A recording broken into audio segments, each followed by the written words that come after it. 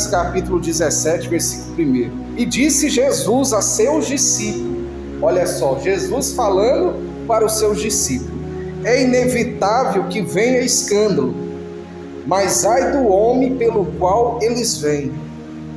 Melhor fora que se lhe pendurasse o pescoço uma pedra de moinho e fosse atirado no mar, do que fazer tropeçar a este destes pequeninos. Aqui podemos ver, está falando a respeito de tropeço, né? Não é aquele tropeço que você tropica ali, né? Tá andando e já, opa, ia caindo, né? Mas está falando de um tropeço muitas vezes espiritual.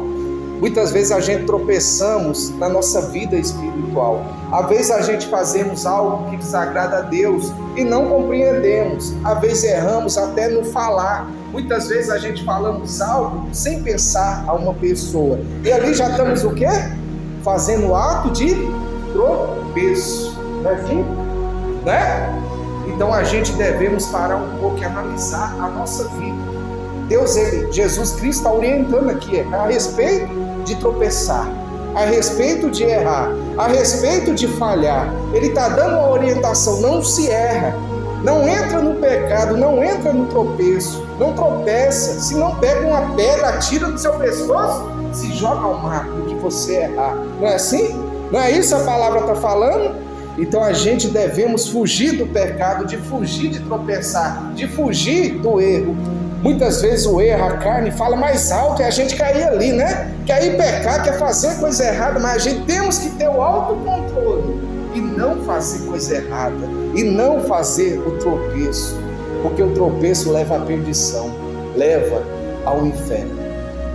É isso que Jesus Cristo estava falando para os discípulos: não tropeça, não erra. E para vocês verem, eram os discípulos de Jesus Cristo. Para você ver que todos nós estamos sujeitos a cair, todos nós estamos sujeitos a cair na falha, todos nós estamos sujeitos a tropeçar. Não tem esse pastor, obreiro, missionário, membro que seja um super cristão, não. Todos erram, todos pecam, mas ele está orientando: não tropeça não, fica firme na fé, fica firme na oração, fica firme no jejum, fica firme na perseverança e não desiste, não entra no tropeço. Olha aí o que diz lá o versículo 3, lê aí comigo: acautai-vos. Lê aí, pastor Albani. Acautai-vos, se teu irmão pecar contra ti, repreenda. Se ele arrepender, perdoa. Perdoa. Está falando a respeito de perdoar o irmão. Porque muitas vezes o irmão peca contra você.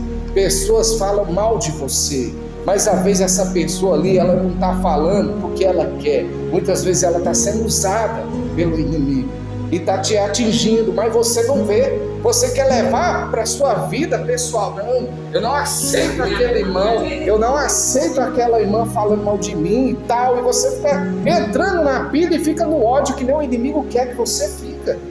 Então você tem que aprender a perdoar, a gerar perdão.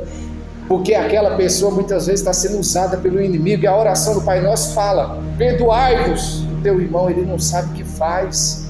Então muitas vezes você está sofrendo porque você está vivendo esse ódio, essa mágoa em teu coração. Você não está conseguindo gerar o perdão. Olha aí, continuando, versículo 4, só para encerrar: se por 7 vezes no dia pecar contra ti, 7 vezes vier der contigo, dizendo: estou arrependido, perdoa.